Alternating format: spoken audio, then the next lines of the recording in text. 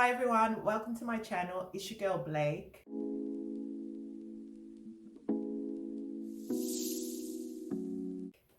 So today I want to talk about the TV show Tomorrow, and I think I watched this drama maybe 2 weeks ago. Yeah, how about we discuss our overall impressions of the show today? I think this video will be a two-parter because I attempted to record it last time and it took about an hour.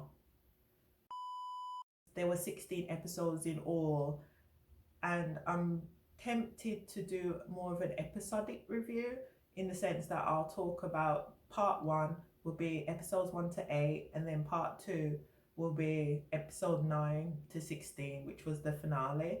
If you haven't watched Tomorrow, hopefully this review or commentary piece will persuade you to give it a go. And if you have watched it, let's reminisce together.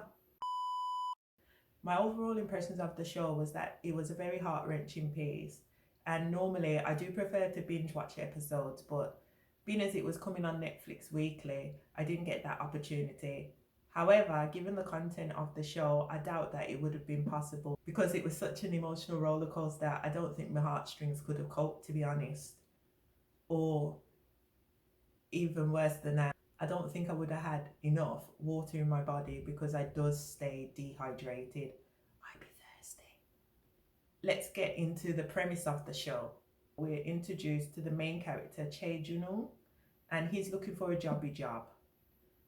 And whilst he's walking off his most latest job rejection, he stumbles across another person who's feeling much lower than he is. In fact, the guy's about to, it looks like, take his own life by jumping off a bridge. Junung, being the natural hero that he is, attempts to save him, and in doing so change the course of his future. This happens in two ways, basically. First of all, he interrupts two Grim Reapers who are on their way to save the man.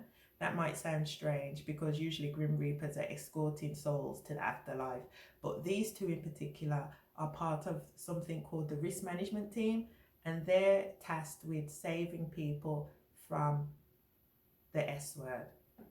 The second reason why it was bad for Junung is that this action leaves him in a hospital bed in a coma, and as such, the Queen of Heaven decides that she's going to make him an offer he can't refuse, like the Godfather, and make the best out of a bad situation.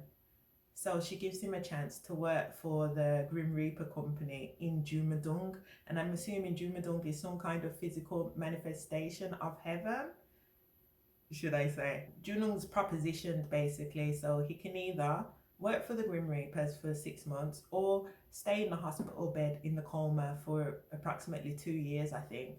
And then after seeing his mom crying over his body in the hospital bed, he's more inclined to get back to earthly matters as soon as possible.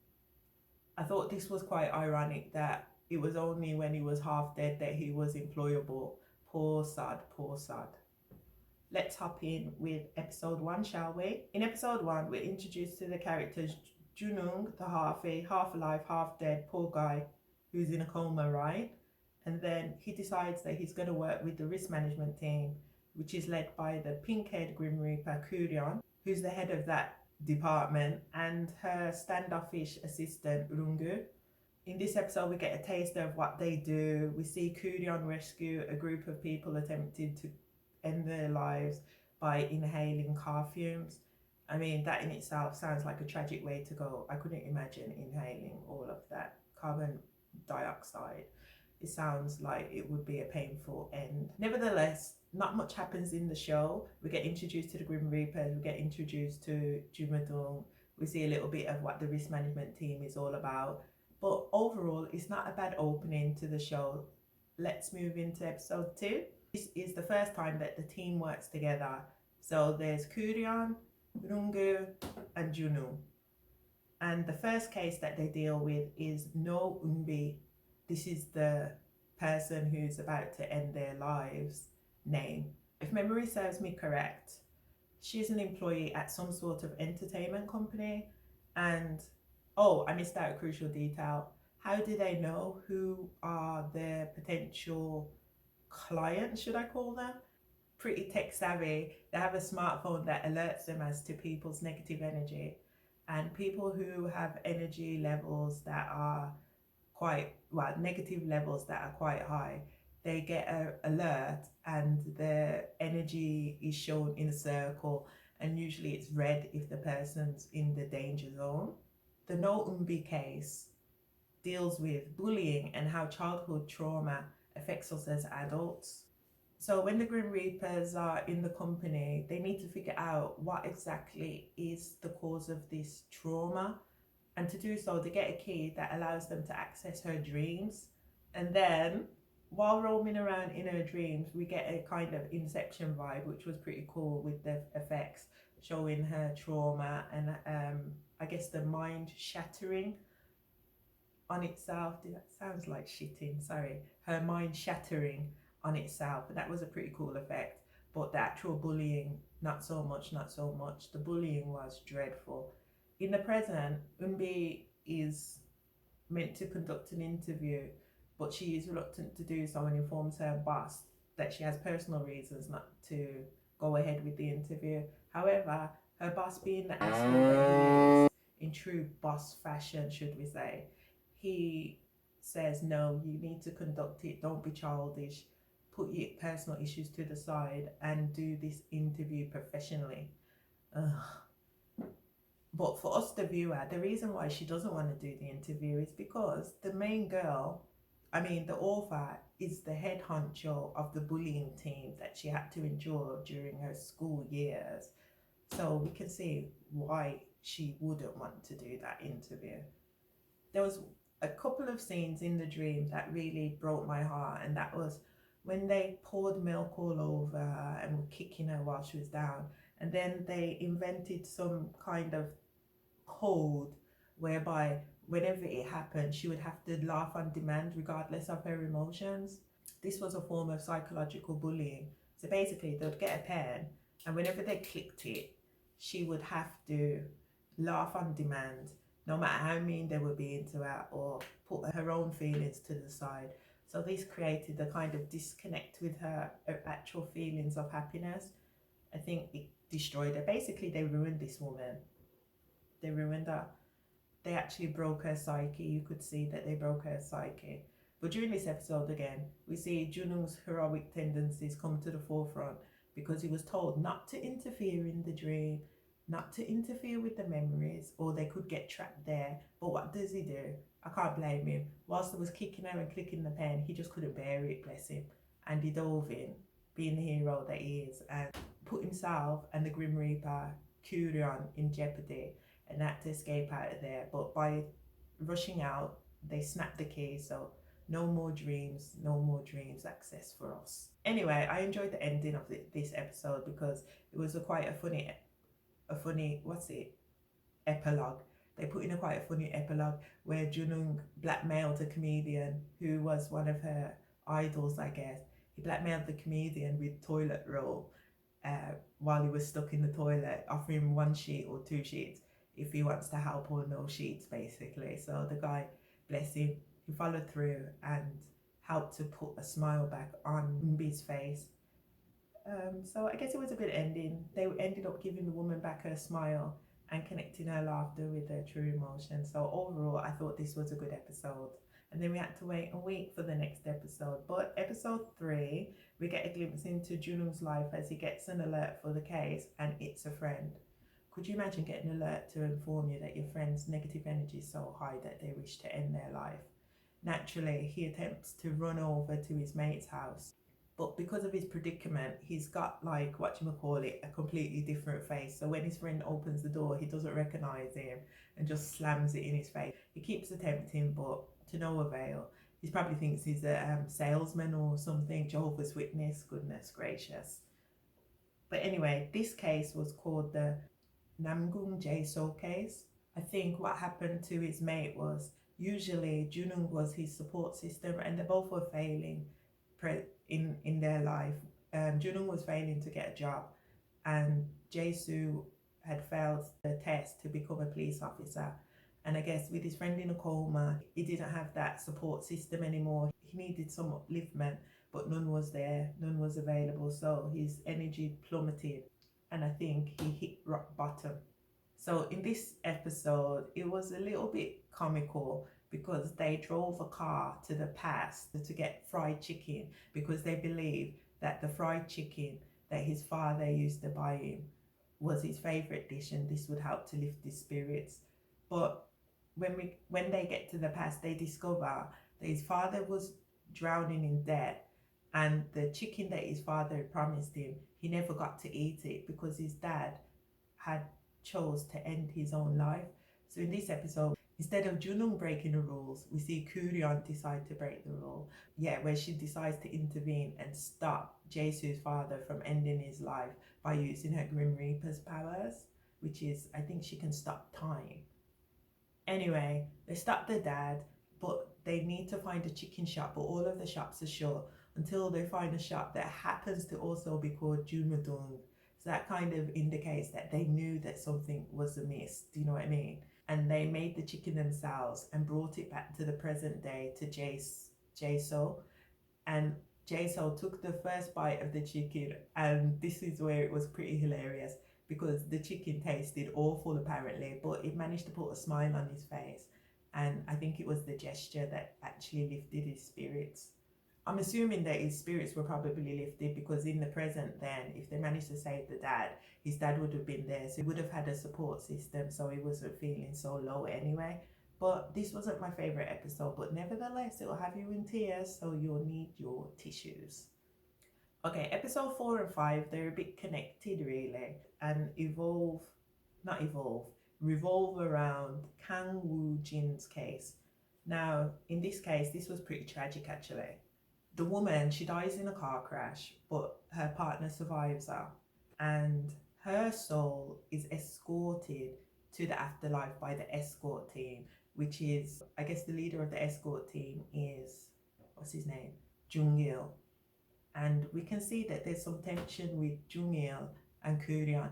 He doesn't seem to believe in the point of the risk management team because he sees life as a precious gift, and anyone who decides to give it up doesn't deserve any help basically. He's just there ready and waiting for them to end themselves and for him to just collect their soul and escort them to hell basically.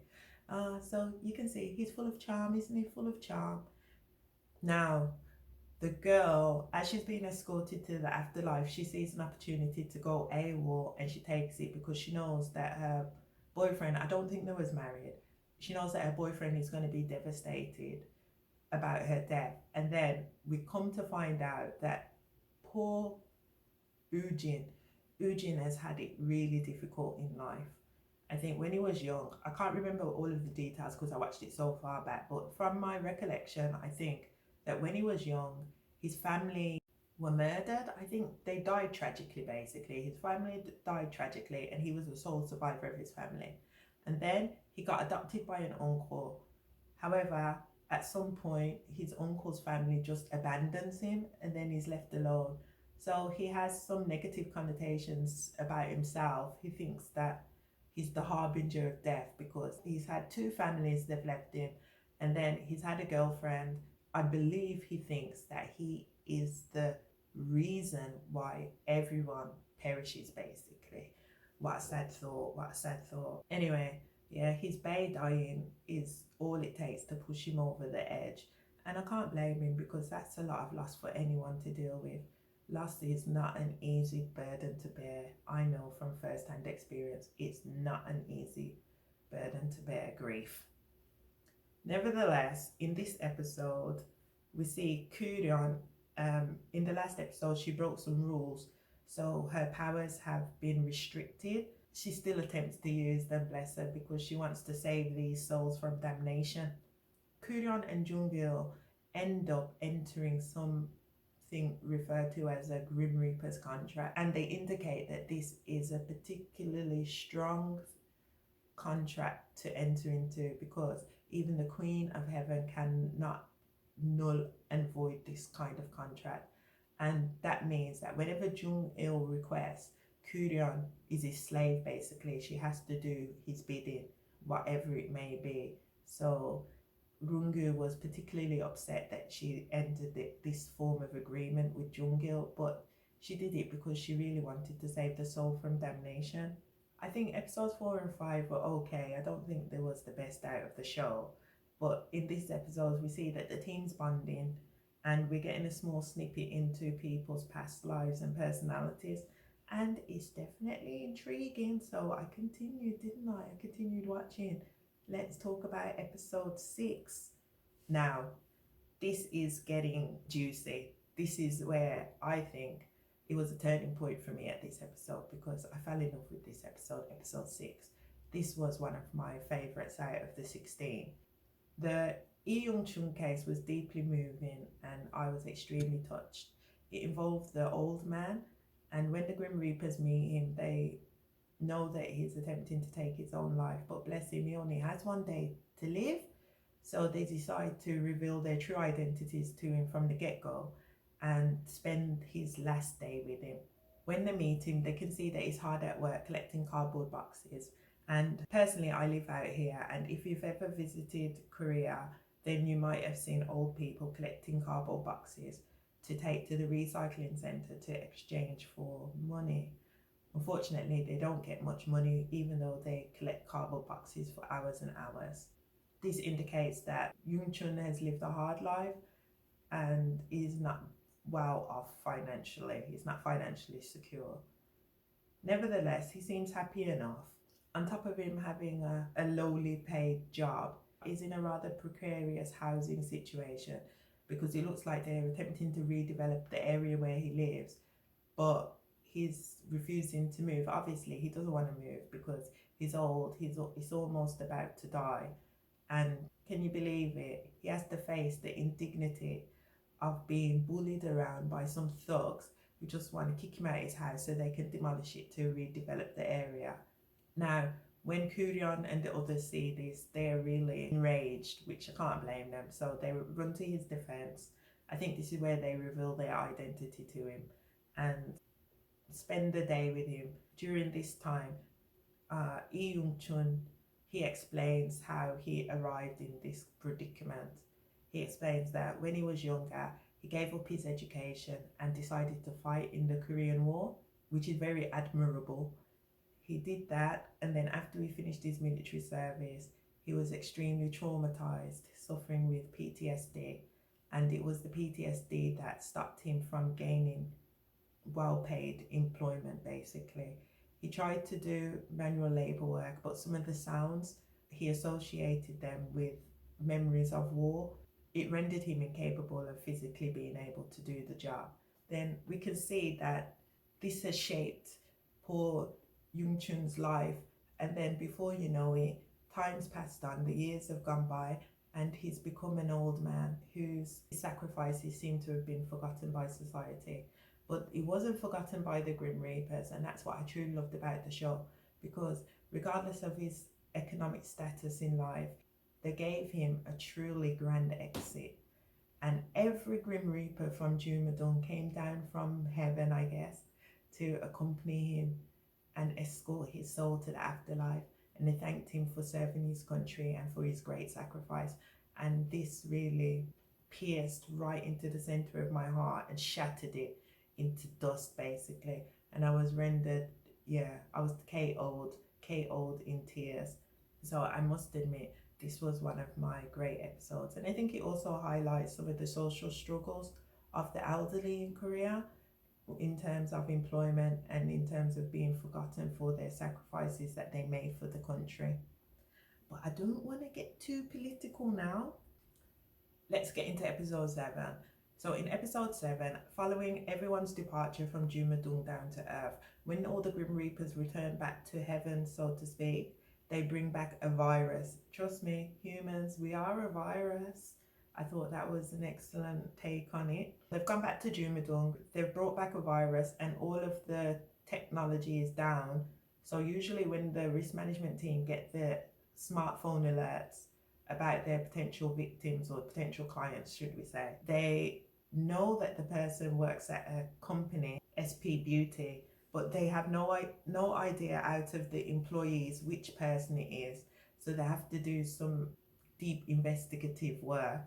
The thing about this episode, the person, I guess the CEO of the company, he was a right idiot, and he was more like the hashtag Me Too type, which really irked Kurion, and it irked me as a viewer as well. Could have given him a slap, I would have. But anyway, in this case, I think they play on the perception of beauty and how other people's observation and judgments affects everyone's perception on beauty and lowers people's self-esteem. In the episode, they play particularly on us as the viewer. It turned out it was the thin girl who was considering ending her life, and that was because I think originally she was overweight and then she lost weight and got to her ideal body, but then she kept going. And this episode deals with issues of body dysmorphia, I guess, and bulimia, because she seems to be eating food and then regurgitating basically after each meal, to the point that I think her fingers show the damage from the acid and bile from her stomach, has some kind of scarring. Anyway, when she attempts to end her life, it looks like a professional setup with some nitrogen, I don't know, some kind of gas tanks. And when Junung enters her property, he is a bit suspect about how she got all this high-tech gas equipment, because it looked like a lot of thought went into it and it looks like a professional setup. And I think this makes us reminisce about the first episode when Kurian found a group of people attempting to end their lives, because these aren't normal circumstances. Do you know what I mean? So I think this is foreshadowing for the next episode. So let's roll into that, shall we? In episode 8, this case is called the Broker case. And if you can believe it, some madman is going around encouraging people to end their lives by creating a group chat and finding people of like minds who are also feeling down and depressed and willing to end it all. Now, I would say that if you're going to consider ending your life, it's not an easy task, and some people need some Dutch courage. And I think the purpose of this group was that when you're alone and considering ending your life, it's much harder to actually follow through. But in a group, you'll feel more comfort and at ease if you do it together. You find the courage or you succumb to peer pressure, one of the two. Anyway, in this case, the Grim Reapers were alerted about this case. Junung decided to do some, Sherlock Holmes on his own and did some investigating because of the gas tanks. He knew that something was amiss, and he stumbles across the group and he decides to go deep undercover. Now, the other Grim Reapers are reluctant to do anything because they shouldn't interfere in earthly matters. We know that Junung is a bit of a hero and he's a crusader of justice, so he attempts to put an end to it all and almost ends up in the precarious, is it precarious or vicarious? Anyway, he ends up in a sticky predicament, and the other team members have to come along to save him from himself, basically, and from the nutter that's helping people end their lives. That's a frightening idea, because the internet, it can be a wonderful place, but when people of like minds that are quite negative are able to easily communicate with each other, it does create for some disturbing possibilities, and I think they touched upon this brilliantly in this episode. Anyway, that wraps up the end of part 1. So hopefully, if you haven't watched Tomorrow and you watch this video, you'll be inclined to give it a go. And if you have watched it, then keep peeled and I'll post part 2 shortly. Ciao, annyeong.